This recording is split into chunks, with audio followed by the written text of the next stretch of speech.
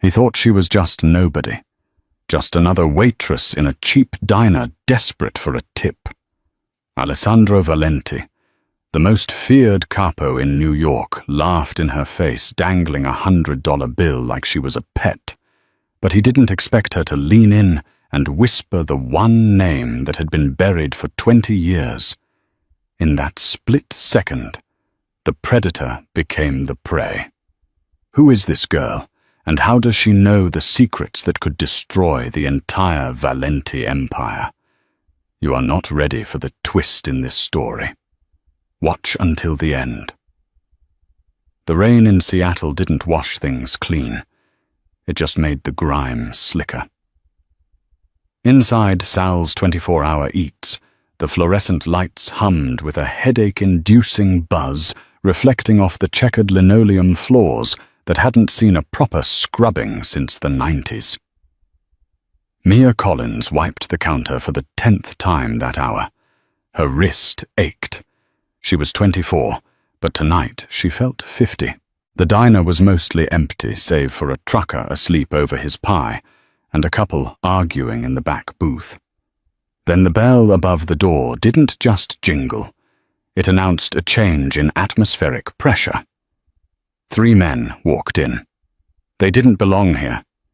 They belonged in penthouse suites in the back of armored SUVs, in places where the air smelled of expensive cologne and gun oil, not stale coffee and fryer grease.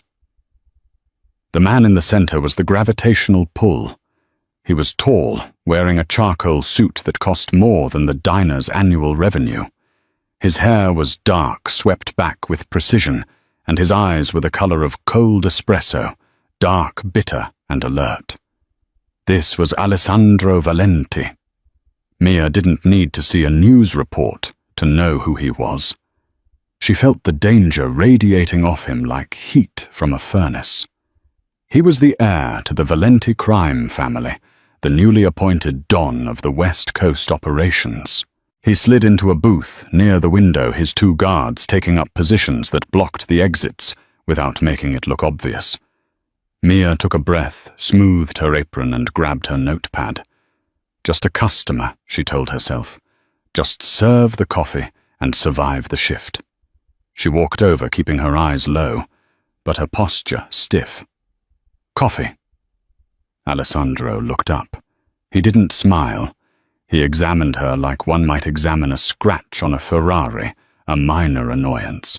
He noted the frayed hem of her uniform, the tired circles under her eyes, and the cheap name tag that was crooked. 3 coffees, black, and make sure the pot isn't from yesterday. Alessandro said, his voice a smooth baritone that carried a natural command. Fresh pot is brewing. Give me 2 minutes, Mia replied, her voice steady.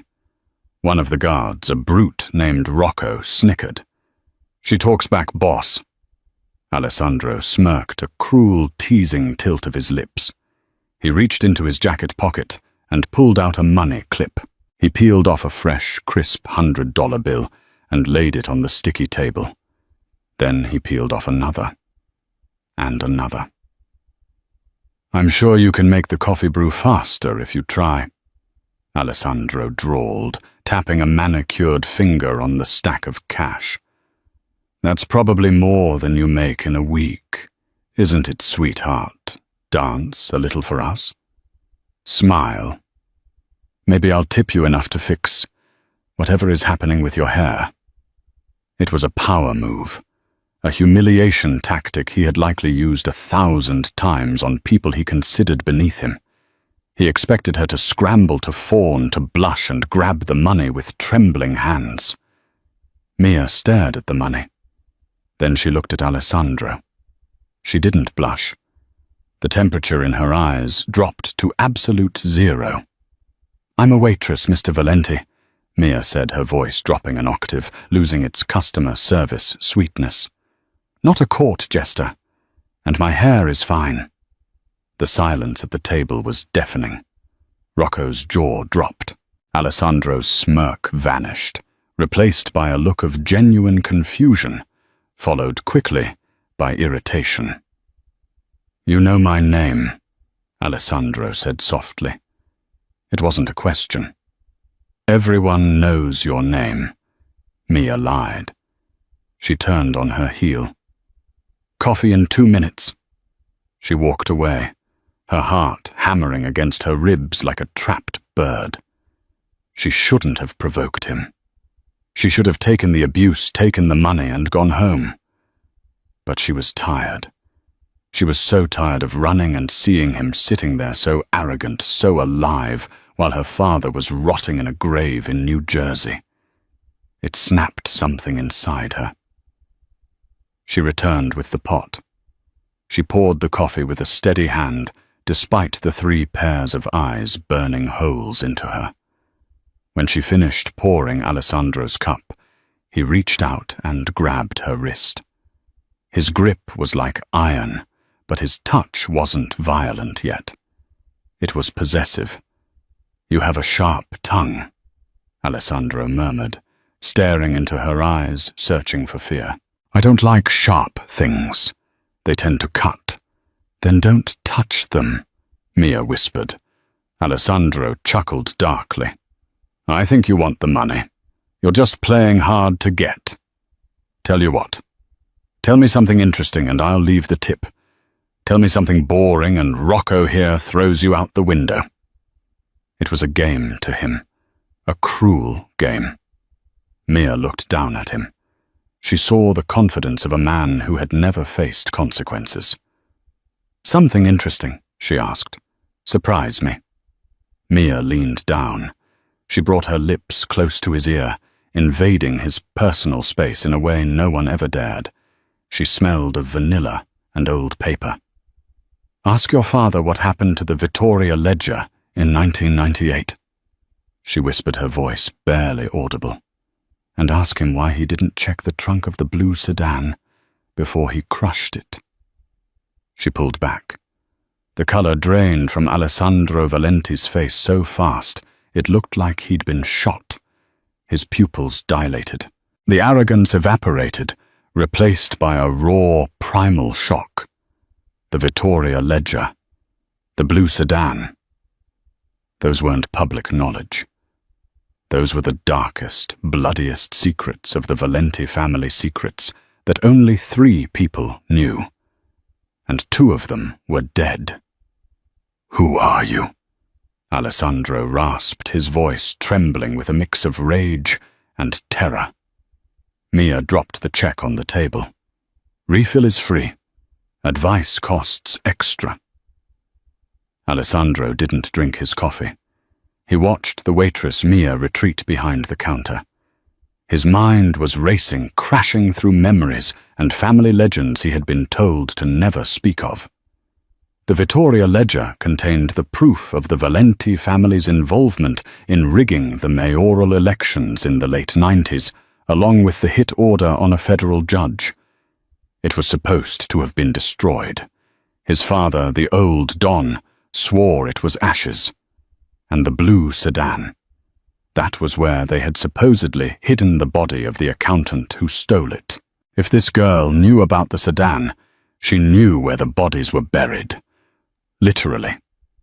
"Boss," Rocco asked, his hand drifting toward his jacket where his piece was holstered. "She disrespect you. You want me to handle it? Don't move."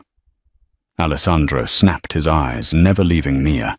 She was scrubbing a plate now, acting as if she hadn't just dropped a tactical nuke on his table.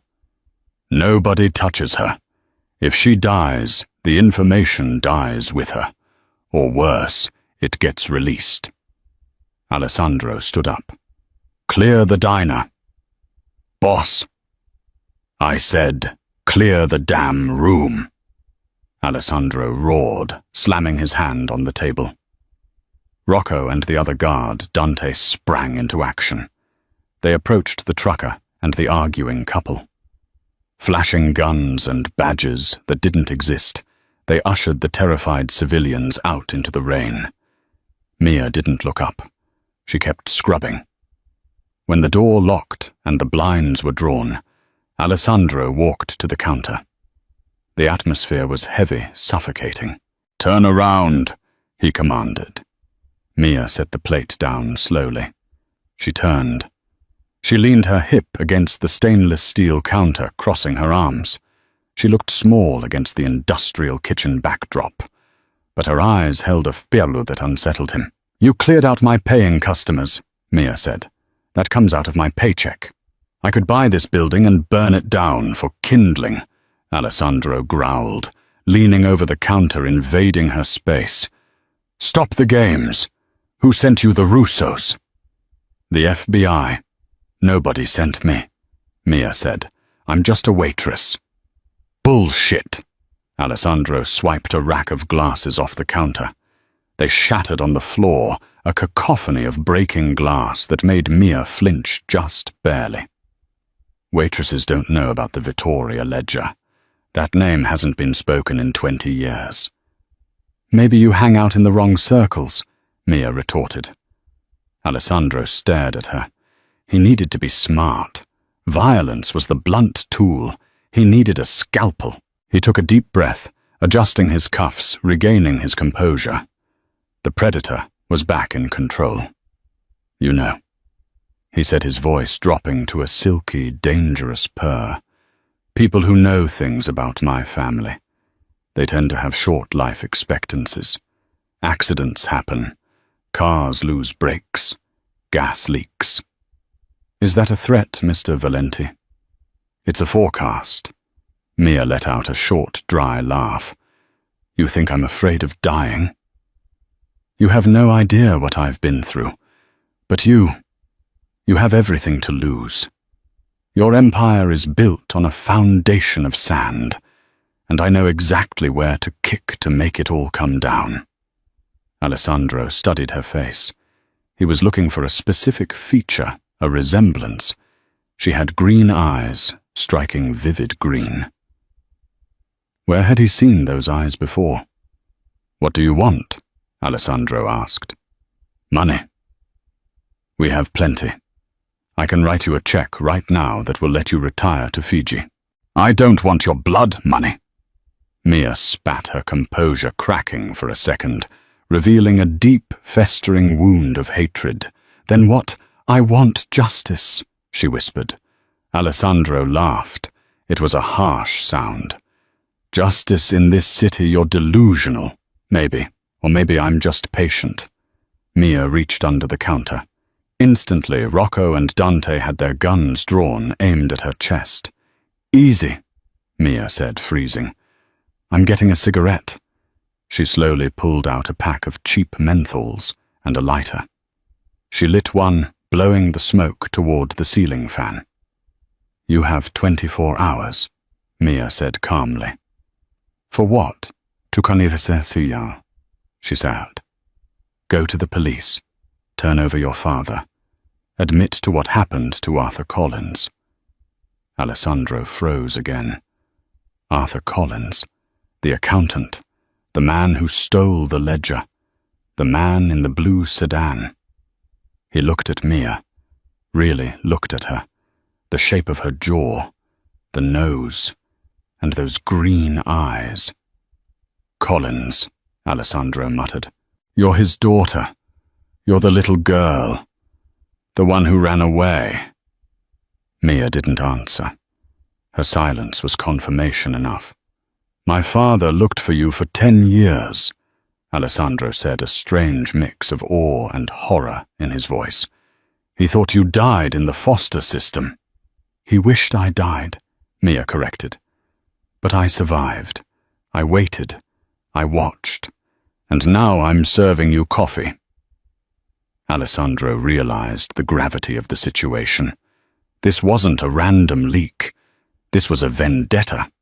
A 20-year-old vendetta orchestrated by a girl who had nothing left to lose. He couldn't kill her. If she had set this up, she had a dead man's switch. If she didn't check in with someone, the information would leak. "You think you can blackmail the Valenti family?" Alessandro asked, stepping around the counter. He moved slowly like a wolf circling a trap. "I'm not blackmailing you. I'm giving you a chance to clear your soul," Mia said, though her hand trembled slightly as he got closer. He stopped inches from her. He could smell the fear coming off her now, mixed with the vanilla. She was terrified, but she was standing her ground. He admired that. He hated it, but he admired it. "My soul is already owned, Cara," Alessandro whispered. "But yours is still up for grabs." He reached out and took the cigarette from her lips, tossing it into the sink. "Grab her," Alessandro ordered. "What?" Mia's eyes widened. "If you touch me, the email goes out. The press, the feds, they get everything." "I'm counting on it," Alessandro said grimly. "But I can't let you walk out of here. You're coming with me." "No." Mia reached for a knife on the magnetic strip, but Alessandro was faster. He pinned her wrists against the counter, his body pressing hers into the cold steel. The contact sent a jolt of electricity through both of them. It wasn't just violence, it was chemistry, volatile, toxic chemistry. "Let me go," she screamed. "Not a chance," Alessandro growled. "Rocco, bring the car around to the back. We're taking a little trip." "Where?" Dante asked. Alessandro looked down at Mia, his eyes burning into hers. "To the safe house. If she knows about the sedan, she knows where the bodies are. I need to know what else is in that pretty little head of hers before I decide whether to kiss her or kill her." The ride was silent and swift. Mia sat in the back of the armored SUV, sandwiched between Alessandro and the locked door. Her hands weren't bound. Alessandro didn't want to draw attention, but the threat was implicit. She watched the city blur by. The neon lights of downtown faded, replaced by the dark, winding roads leading up to the cliffs. The safe house. She knew about it from her father's notes, but she had never seen it. "You're making a mistake," Mia said, staring out the window. "My contact expects a call by midnight. It's 10:00 p.m. Alessandro checked his watch, a diamond-encrusted Patek Philippe. "We have 2 hours to negotiate." "There is no negotiation. There is always a negotiation," Alessandro replied smoothly. He turned to look at her. In the dim light of the passing street lamps, her profile was sharp, beautiful, and tragic. "Why didn't you just go to the police? Why come to me? Why the dramatics in the diner?" Mia turned to him. "Because the police are on your payroll, Alessandro. We both know that. Captain Miller, Judge Henderson. They all eat from your hand." Alessandro conceded the point with a slight nod. "True. So you came to the devil to ask for salvation." "I came to see if the son was as rotten as the father," she said quietly.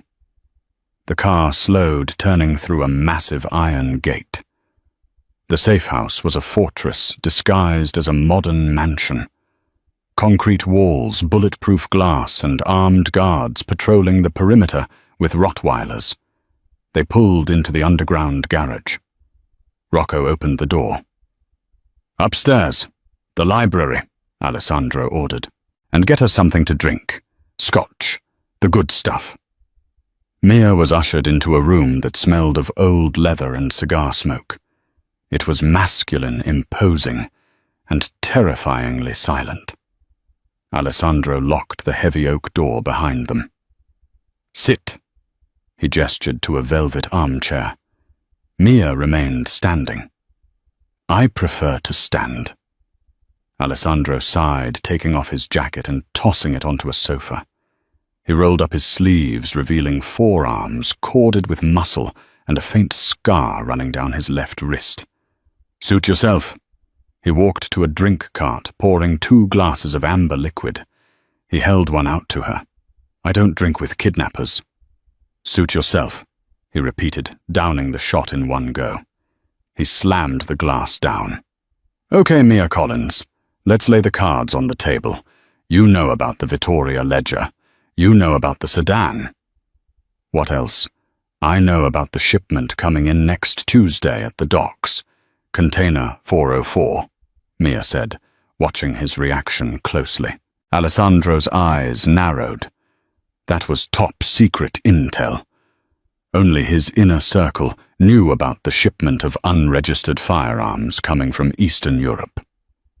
You have a rat in my organization, Alessandro deduced. Who is it? I don't have a rat. I have my father's journals. He documented everything. He predicted your father's moves years in advance. He knew how the Valentis think. You're predictable. Predictable. Alessandro stepped closer, the dangerous glint returning to his eyes. You think I'm predictable? You're a thug in a suit. Mia said, her voice shaking slightly, but her chin held high. You use fear to get what you want. It's boring. Alessandro moved faster than she expected. He closed the distance, trapping her against the heavy bookshelves. He placed his hands on the shelves on either side of her head, boxing her in. He was close. Too close. She could feel the heat radiating from his chest. She could see the flecks of gold in his dark eyes. If I were just a thug, Alessandro whispered, his voice rough, you would be dead already. Rocco would have put a bullet in your head in the alley behind the diner. But you're here, drinking my air. Why? Mia's breath hitched. Because you're afraid of the information. No, Alessandro said, leaning in until his nose brushed hers. Because you intrigue me. You're the first person in 5 years who has looked at me with something other than fear or greed. You look at me with hate. It's refreshing. Mia felt a confusing surge of adrenaline. This man was a monster. He was the son of the man who ruined her life. But standing this close to him, feeling the raw power he exuded, was intoxicating. You're sick, she breathed. I'm a Valenti, he countered. Same thing. He reached out his hand, grazing her cheek. His thumb traced her lower lip. Mia forgot to breathe. Tell me, Mia, he murmured, his gaze dropping to her lips. If I kiss you, will you bite me? Try it and find out, she challenged, though her voice lacked the conviction it had in the diner. The air in the room was thick with tension. It was a wire pulled so tight it was about to snap. Alessandro leaned in, closing the gap. Bang! The door to the library was kicked open. Alessandro spun around, placing himself in front of Mia, instantly a gun appearing in his hand as if by magic. It was Rocco. But Rocco looked pale. He was holding a phone. Boss, you need to take this, Rocco stammered. I'm busy, Alessandro roared, keeping the gun pointed at the door. It's your father, Rocco said. The Don. He knows she's here. Alessandro went still. He lowered the gun slowly. He looked back at Mia, his expression unreadable. How does he know? Alessandro asked quietly. He says he's been tracking her for weeks. He says she led you right into a trap. Alessandro turned to Mia. The softness was gone. The curiosity was gone. The cold espresso eyes were back. Is that true? He demanded. Did you lead me here? Is this part of a plan? Mia looked confused. No, I told you I came alone. Alessandro snatched the phone from Rocco. Father.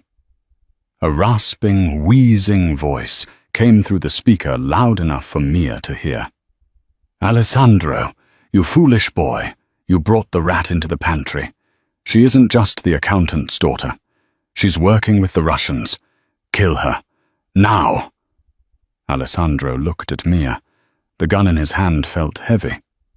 I'm not, Mia screamed. I swear I hate the Russians as much as I hate you. He's lying. He wants me dead because I know the truth about him. Not you. Do it, Alessandro, the old Don commanded. Show me you are ready to lead. Put a bullet in her heart. Alessandro looked at the woman trembling against the bookshelf. He looked at the gun. He looked at Rocco, who was waiting for the order. He raised the gun. He aimed it right at Mia's chest. Mia squeezed her eyes shut. This is it, she thought. I failed. Click. The sound of the safety being disengaged echoed in the silent room. The gunshot was deafening in the enclosed space of the library. Mia screamed, flinching away, expecting the burning end of a bullet tearing through her chest. But the pain never came. Instead, the expensive smartphone in Rocco's hand exploded into a shower of plastic and glass shards. Alessandro hadn't shot her.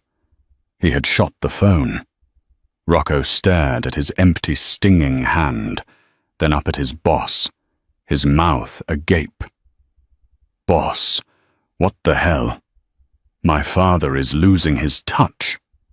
Alessandro said, his voice terrifyingly calm as he kept the smoking gun trained on Rocco. He's sloppy. He called on an unsecured line. He demanded a hit inside a safe house without verifying the target. That's not the Don I know. That's a desperate old man covering his tracks. He gave an order, Alessandro. Rocco said, his loyalty wavering between the father and the son. If you don't do it, he sends the cleaners. You know the protocol. I know the protocol better than you, Alessandro snapped. He moved to Mia, grabbing her arm. Get up. We're leaving. Leaving? Mia stammered, her ears still ringing. Why didn't you kill me? Because you were right, Alessandro said, his eyes scanning the room for exits. If he wants you dead this badly, it's not because you're a spy. It's because you have the truth, and my father has been lying to me for 20 years. He dragged her toward the French doors leading to the terrace. Rocco! Alessandro barked over his shoulder. You have two choices.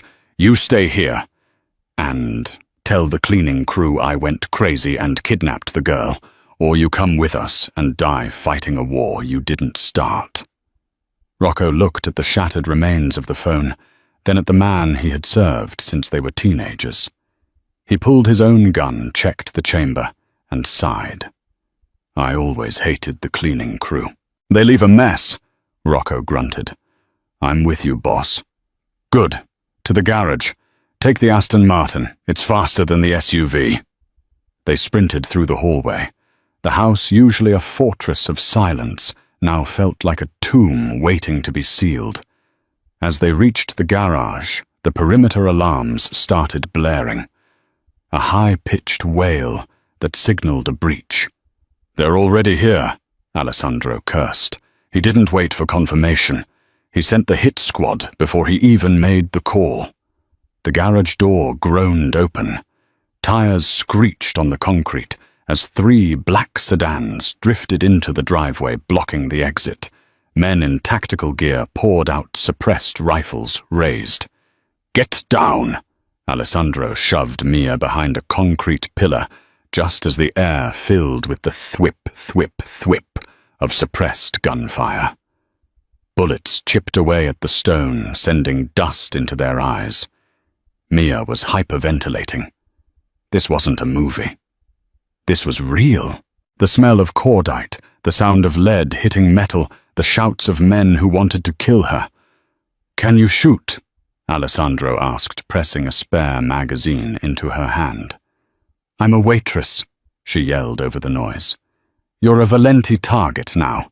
Upgrade your skill set. He handed her a snub-nosed revolver from his ankle holster. Point and squeeze. Don't hit me or Rocco. Alessandro popped out from behind the pillar, firing with lethal precision. 2 of the attackers dropped. Rocco was providing covering fire from behind the hood of the Aston Martin. "The car is blocked," Rocco yelled. "We can't drive out." Alessandro looked around. The garage had a service exit, a heavy steel door leading to the old storm drains. It was a desperate, filthy route, but it was the only one. "The drains," Alessandro signaled. They made a break for it. Mia ran harder than she had ever run in her life. She could hear the bullets whizzing past her ears like angry hornets. She fired blindly behind her once, twice. She didn't know if she hit anything, but it made the attackers duck. They crashed through the service door, Alessandro slamming the deadbolt home and shooting the locking mechanism to fuse it shut. They were in the dark now. The smell of damp earth and sewage was overwhelming. "Keep moving," Alessandro ordered, his voice echoing in the tunnel. He took her hand. His grip was warm, solid. In the chaos, it was the only thing grounding her. "Where does this go?" Mia gasped, stumbling over wet stones. "The marina," Alessandro said. "I keep a boat there, off the books. My father doesn't know about it because I bought it under a shell company he thinks went bankrupt in 2005. They ran for what felt like miles. Mia's lungs burned. Her legs felt like lead. But she didn't stop. She couldn't. When they finally emerged into the cool night air, the marina was quiet. The fog had rolled in, obscuring the moon. Alessandro led them to a sleek, unassuming fishing trawler docked at the end of the pier. It looked rusty on the outside, but when he keyed the ignition, the engines purred with the sound of high-performance, military-grade modification. Rocco cast off the lines. As they drifted away from the dock, Mia collapsed onto the deck, staring back at the city skyline. Somewhere back there in the hills, the safe house was likely burning. Alessandro came out of the cabin. He handed her a bottle of water. He looked tired. The invincible Don looked human for the first time. "You saved me," Mia whispered. "I saved myself," Alessandro corrected, looking out at the dark water. "My father ordered a hit on his own son. That breaks the code. The Omerta is dead." He looked down at her. "Now tell me everything. What is in the ledger that is worth killing your own flesh and blood for?" Mia took a sip of water. Her hands were shaking, but her voice was steady. "It's not just about money, Alessandro. It's about 1998. The year your mother died." Alessandro froze. "My mother died of cancer. Everyone knows that." "No," Mia said softly. "She didn't. She was going to leave him. She was going to the feds. She was the original informant. My father was helping her cook the books to get her out safely." Alessandro dropped to his knees, grabbing her shoulders. "You're lying!" "The blue sedan," Mia said, tears welling in her eyes. "It wasn't my father's car. It was hers. That's where he put her." Alessandro stared at her, his face a mask of shattered reality. The boat cut through the waves, carrying them into the darkness, but the real storm was just beginning inside the young Don's heart. The boat ride lasted 3 hours. They docked at a private island off the coast of Washington State, a place called Isola di Vetro, Glass Island. It was a modern architectural marvel, made almost entirely of glass and steel, perched on a cliff overlooking the turbulent Pacific. This was Alessandro's true sanctuary. No guards, no staff, just silence and the ocean. Rocco stayed on the boat to monitor communications and keep watch. Alessandro and Mia went up to the house. Inside the house was cold. Alessandro turned on the heating system and the fireplace. He poured 2 stiff drinks, brandy this time. Mia stood by the floor-to-ceiling windows, watching the waves crash against the rocks below.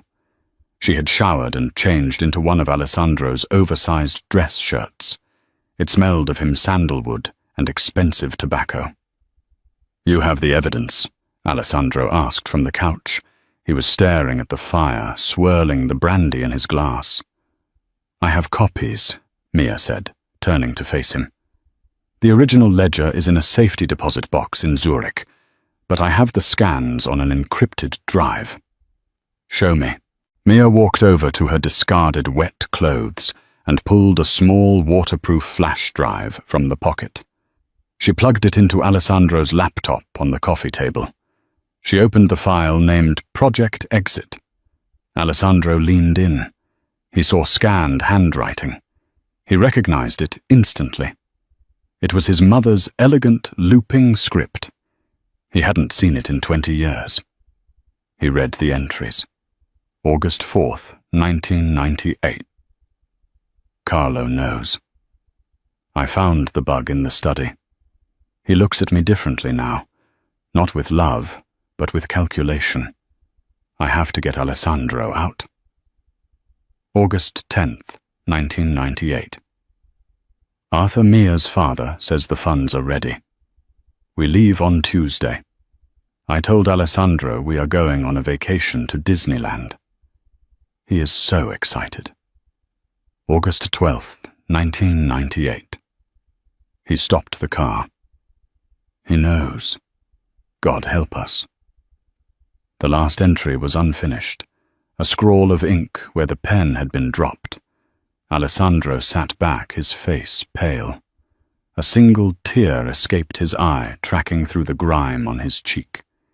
He didn't wipe it away. He told me she died in the hospital. Alessandro whispered, his voice breaking. I was 8. He held my hand at the funeral. He cried.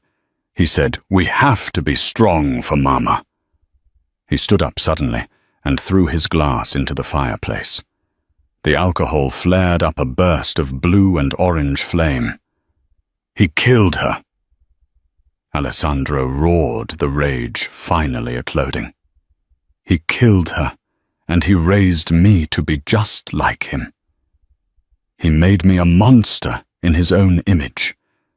He paced the room like a cold animal. He was vibrating with energy, destructive and raw. Mia didn't flinch. She walked up to him and placed a hand on his chest. You are not him. Alessandro looked down at her. His eyes were wild. How can you say that I threatened you? I kidnapped you. I have blood on my hands, Mia. Gallons of it. You are not him, she repeated firmly. He killed to protect his power. You fight to protect... What did he... I don't know anymore. He confessed, his shoulders slumping. He covered her hand with his. I have nothing. My family is a lie. My empire is a graveyard. You have the truth now, Mia said. And you have a choice. The atmosphere shifted. The anger in the room dissipated, replaced by a magnetic pull that had been building since the diner. They were 2 orphans of the same war, standing in a glass house at the edge of the world. Alessandro looked at her, really looked at her. He saw the strength beneath the exhaustion. He saw the little girl who lost her father, growing up to be the woman who would save him. Why didn't you run? He asked softly. In the garage. You could have run into the dark. I told you, Mia whispered, stepping closer. I want justice, and I didn't want to leave you alone with him. Alessandro let out a ragged breath. He cupped her face in his hands. His thumbs brushed away a smudge of dirt on her cheek. You are dangerous, Mia Collins, he murmured. More dangerous than any gun. He kissed her. It wasn't gentle. It was desperate, fueled by adrenaline and grief, and a sudden, overwhelming need to feel something other than betrayal. Mia kissed him back with equal force, her hands tangling in his hair. It was a clash of 2 worlds colliding. The waitress and the Don. The victim and the villain. He lifted her up, sitting her on the edge of the heavy oak table. The laptop, the evidence of their tragic past, sat beside them forgotten for the moment. "I will burn his world down," Alessandro vowed against her lips, "for what he did to them, for what he did to us." Mia corrected him, breathless. "We will burn it down." For the rest of the night, the storm raged outside, battering the glass walls, but inside they found a temporary peace in each other. It was the calm before the war. Morning came with a steel-grey sky. The romance of the night before had crystallized into a cold, hard resolve. Alessandro stood on the deck, dressed in a fresh tactical suit he kept at the safe house. He was cleaning a semi-automatic rifle. The transformation was complete. The confused sun was gone. The warlord had returned, but this time his target was his own throne. Mia walked out holding 2 mugs of coffee. She wore a black sweater and jeans she found in the closet, likely belonging to one of Alessandro's ex-flings, but she didn't care. "Rocco has updates," Alessandro said without looking up. "My father has declared war. He's put a bounty on my head. $10 million. Open contract. Every hitman from Chicago to Naples is looking for us." "That's a lot of money," Mia said dryly. "I should have turned you in." Alessandro smirked, a genuine one this time. "You missed your chance. Now you're an accomplice. So what's the plan?" "We can't hide," Alessandro said, snapping the rifle back together. "If we hide, they hunt us down eventually. We have to cut the head off the snake." "We go to him. Tonight is the Valenti Charity Gala," Alessandro said. "It's the biggest event of the year. The governor, the police commissioner, the judges, everyone will be there. My father uses it to launder money and cement his political alliances." "He'll be surrounded by hundreds of guards," Mia pointed out. "Exactly. He'll feel safe. He won't expect me to walk through the front door." "You're not walking through the front door, are you?" "No." Alessandro's eyes glittered. "We're walking through the vault." The plan was insane. It relied on Rocco's knowledge of the security grid and Mia's knowledge of the financial loopholes. The Valenti estate where the gala was held had a panic room in the basement. It doubled as a vault. Alessandro knew his father kept the hard copies of his current blackmail material there. If they could get the physical proof of the judge's payoffs and the current drug routes combined with the 1998 ledger, they could destroy him publicly. They could broadcast the evidence on the screens in the ballroom. They arrived at the estate in a delivery van Rocco had hijacked. Alessandro and Rocco were dressed as catering staff. Mia was dressed as a high-end escort, a disguise that allowed her to blend into the crowd of corrupt elites. "Stay close to the senator," Alessandro whispered into his earpiece as he adjusted his bow tie. He was carrying a tray of champagne.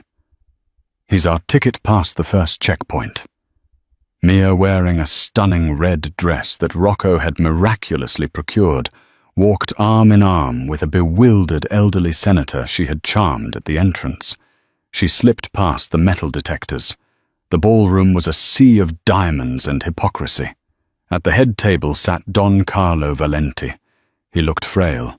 He was in a wheelchair, breathing with the help of an oxygen tank. It was a disguise. Alessandro knew the old man was as strong as an ox. The frailty was an act to garner sympathy and avoid prosecution.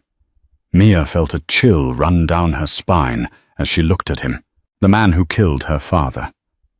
"I'm in position," Mia whispered into her brooch microphone. "I'm near the AV control room." "Copy," Alessandro replied. "Rocco and I are at the service elevator, heading down to the vault." The heist was going smoothly. Too smoothly. Alessandro and Rocco incapacitated the 2 guards at the vault entrance with silencers foot. They dragged the bodies into a closet. Alessandro used his thumbprint to open the first door. His father hadn't revoked his biometric access yet, arrogance or an oversight. They entered the antechamber. Alessandro began drilling into the physical lock of the inner vault. Meanwhile, upstairs, Mia was sweating. She had to upload the files to the gala's projector system. She slipped into the empty AV room. She plugged in the drive. Upload 10%? 20%. Suddenly, the door to the AV room opened. Mia froze. It wasn't a guard. It was Don Carlo himself. He wasn't in his wheelchair. He was standing holding a cane with a golden lion's head handle. He was flanked by 4 massive bodyguards. "Hello, my dear." Don Carlo smiled. It was a reptilian smile. "Did you really think I didn't see my own son entering the building I taught him how to sneak? I know his footsteps." Mia backed up against the mixing desk. "You knew." "I knew everything," Carlo wheezed. "I let you get this far. It makes the victory sweeter." He tapped his cane on the floor. "Cut the feed." One of the guards smashed the laptop. The upload failed at 85%. "Bring her," Carlo ordered. "Let's go down to the vault. I want Alessandro to see you die before I kill him." Down in the vault, the heavy steel door swung open. Alessandro smiled. "We're in." He stepped inside, ready to grab the files. But the vault was empty. No shelves, no money, no files. Just a single chair in the center of the room. And on the chair sat a tablet displaying a live video feed. It was Mia held at gunpoint by his father's men in the ballroom kitchen. Alessandro's blood ran cold. "It's a trap," Rocco whispered, raising his gun. Suddenly, the steel door they had just walked through slammed shut behind them. The locks engaged with a heavy final thud. Gas began to hiss from the vents in the ceiling. Alessandro ran to the door, pounding on it. It was reinforced titanium. Indestructible. The tablet screen flickered to life. Don Carlo's face appeared. "You disappointed me, Alessandro." The Don's voice echoed in the sealed vault. "You chose a waitress over your blood. Now you can watch her die while you suffocate. A poetic end, don't you think?" Alessandro watched the screen. He saw Mia struggling. He saw a guard press a gun to her temple. He was trapped in a steel box miles beneath the earth, running out of air. And the woman he loved was about to be executed on live video. He looked at Rocco. Rocco was coughing, the gas already taking effect. "We have maybe 3 minutes," Alessandro coughed, covering his mouth with his sleeve. "Rocco the C4. "Boss?" Rocco's eyes widened. "In here, it'll kill us. The shock wave." "We're dead anyway," Alessandro said, his eyes fixed on the image of Mia. "If we blow the door, we might survive. If we don't, we die. Give me the charge." Rocco handed him the brick of plastic explosive. Alessandro slapped it onto the hinges of the vault door. It was a suicide move. The pressure in such a small room would rupture their eardrums, maybe their lungs. "Cover your ears and open your mouth," Alessandro yelled. He looked at the tablet one last time. "Hold on, Mia." He pressed the detonator. Boom! The world turned white. The explosion didn't sound like a noise. It felt like a physical blow to the soul. Down in the basement, the reinforced titanium door didn't just open. It was ripped from its hinges, twisting like a piece of wet cardboard. The shockwave slammed Alessandro and Rocco against the back wall of the vault. The air was instantly sucked out of the room, replaced by a searing heat and the choking dust of pulverized concrete. For a minute there was only darkness and the high-pitched screaming of damaged eardrums. Alessandro coughed, expelling grey dust from his lungs. His vision was swimming. He couldn't hear anything, but he could feel the vibration of the building settling above them. He touched his forehead. His hand came away wet with blood. "Rocco," he croaked. The sound was muffled, as if he were speaking underwater. Rocco was slumped in the corner, a piece of debris embedded in his shoulder. He groaned, giving a weak thumbs up. He was alive. Alessandro forced himself to stand. His ribs screamed in protest, likely cracked, but the image of Mia on that tablet screen burned in his mind, overriding the pain. She has minutes, he told himself. Maybe seconds. He stumbled through the smoking hole where the door used to be. The hallway outside was a wreck. The guards who had trapped them were gone, buried under rubble, or fled. Alessandro found a discarded automatic pistol on the floor. He checked the clip. Full. He didn't run. He couldn't. He walked with the slow, terrifying purpose of a dead man walking. He moved through the service corridors, climbing the stairs toward the ballroom. With every step, he shed the identity of the Valenti Don. He was no longer a king protecting a kingdom. He was a man burning it to the ground to save the only thing that mattered. Upstairs, the gala had turned into a scene of controlled chaos. The floor had shuddered violently when the bomb went off, causing crystal chandeliers to sway dangerously and champagne towers to shatter. "Earthquake!" someone had screamed. But Don Carlo Valenti remained calm. He stood on the raised stage at the front of the ballroom, gripping his cane with white-knuckled intensity.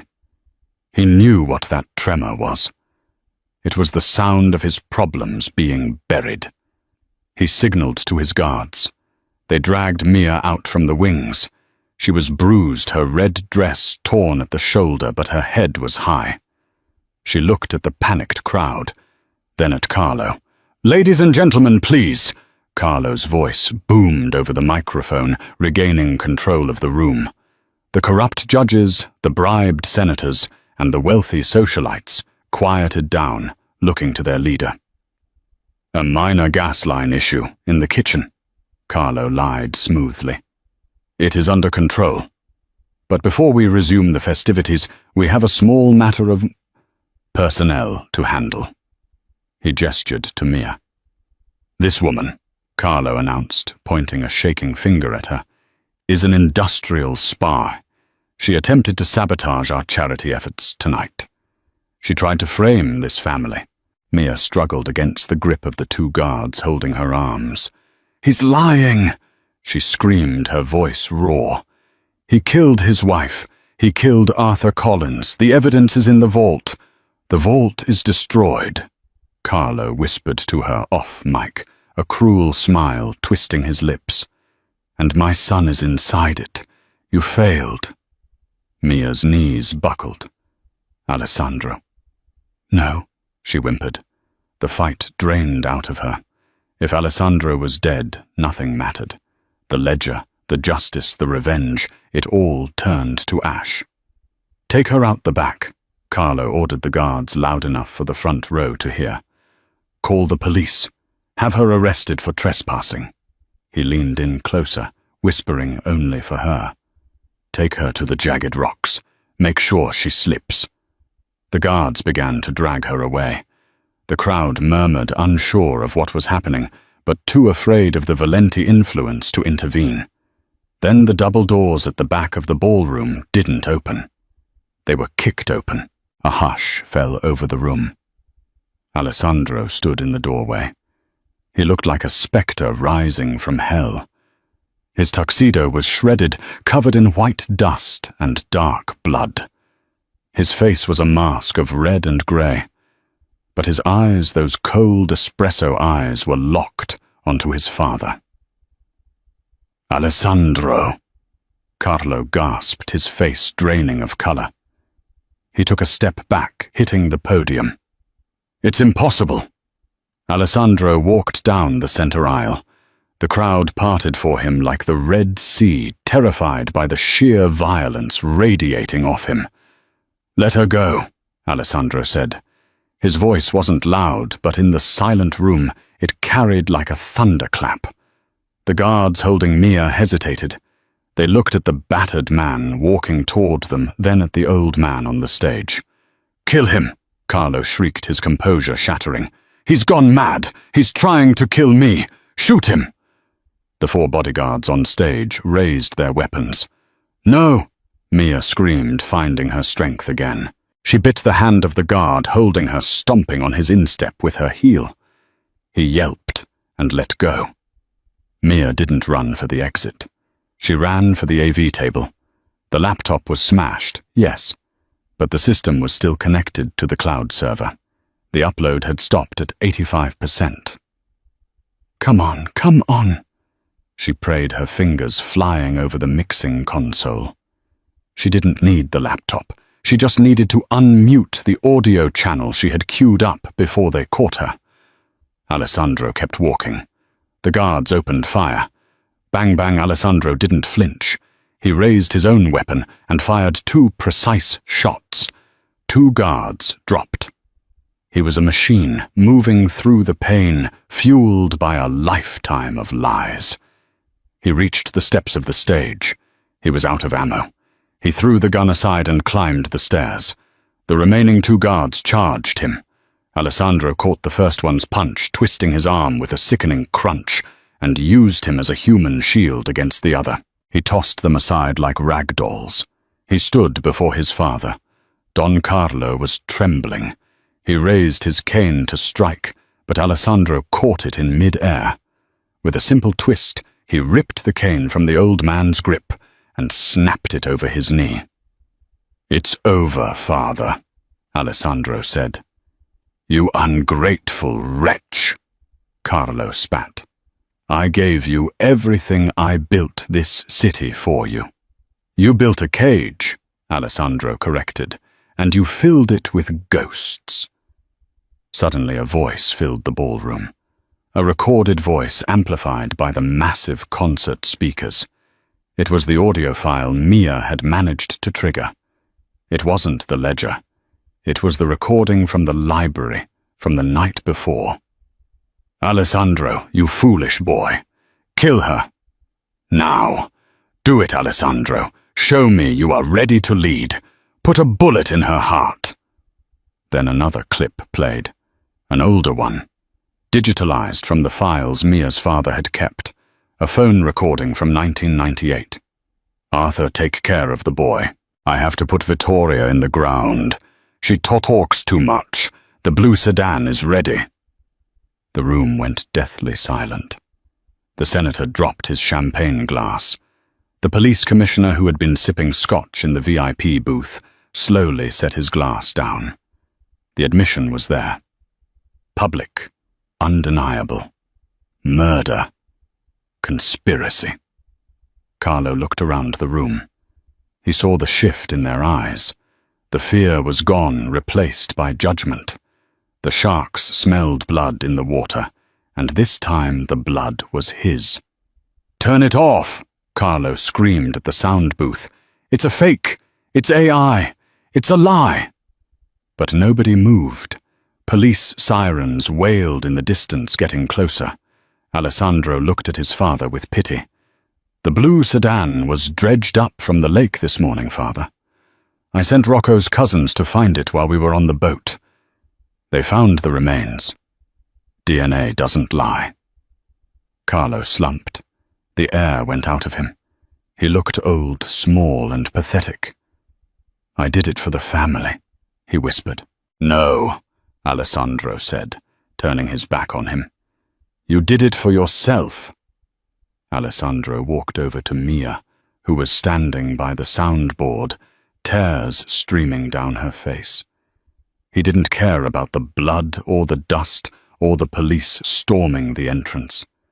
He wrapped his arms around her. burying his face in her neck. She held him up, supporting his weight. "We did it," she sobbed. "It's done," he murmured.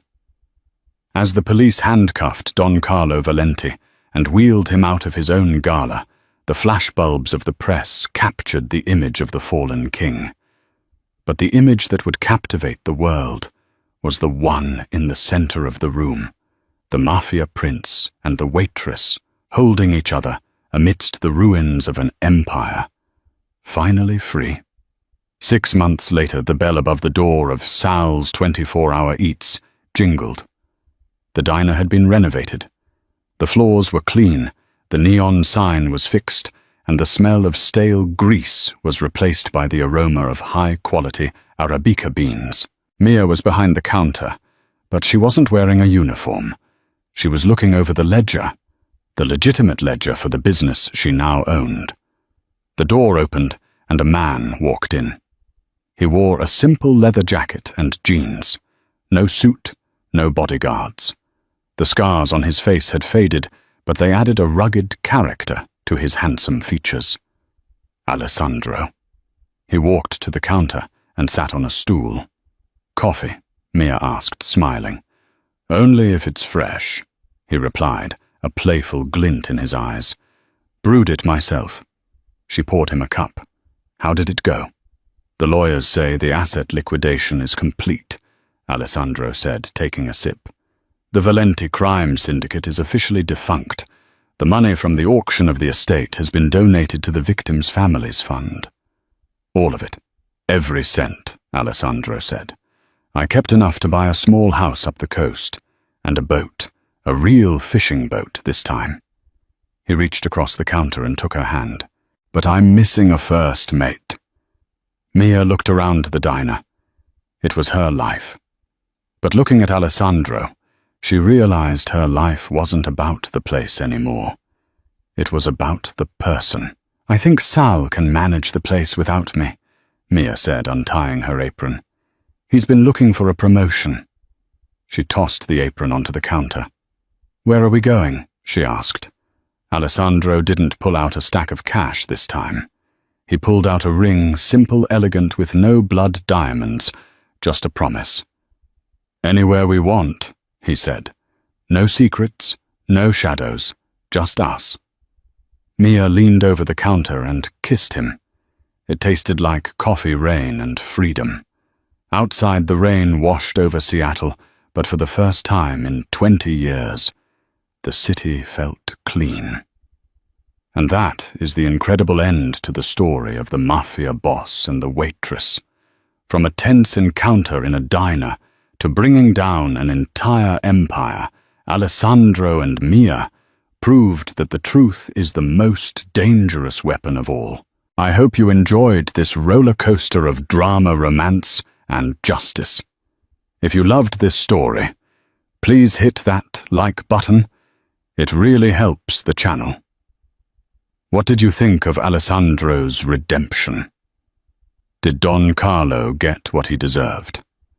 Let me know your thoughts in the comments below. And if you haven't already, subscribe and turn on notifications. I have another story coming next week about a billionaire who banned his own mother from his wedding.